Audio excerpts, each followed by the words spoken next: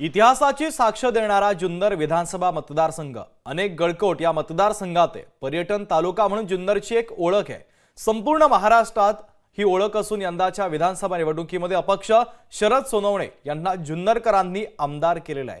त्यांच्या समोरची आव्हाने नेमकी कोणती आहेत पाहूयात।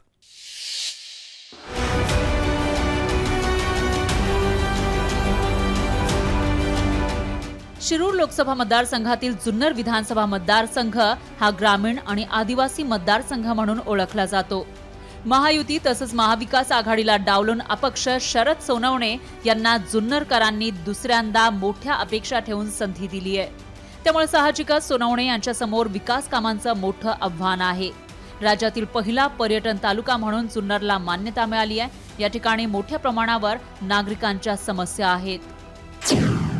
चिलेवाडी पाणी योजना पूर्णत्वास आणणं, बिबट्या सफारी पार्क पूर्ण करणं, आदिवासी आणि पठार भागातील नागरिकांची पाणी समस्या, पर्यटनाच्या दृष्टीने स्थानिक नागरिकांना रोजगार निर्मिती हे जुन्नरमधील आव्हानं आहेत।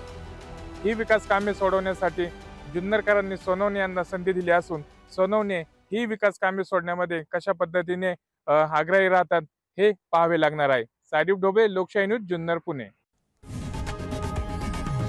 लोकशाही मराठी ऐका, पहा, जागरूक रहा।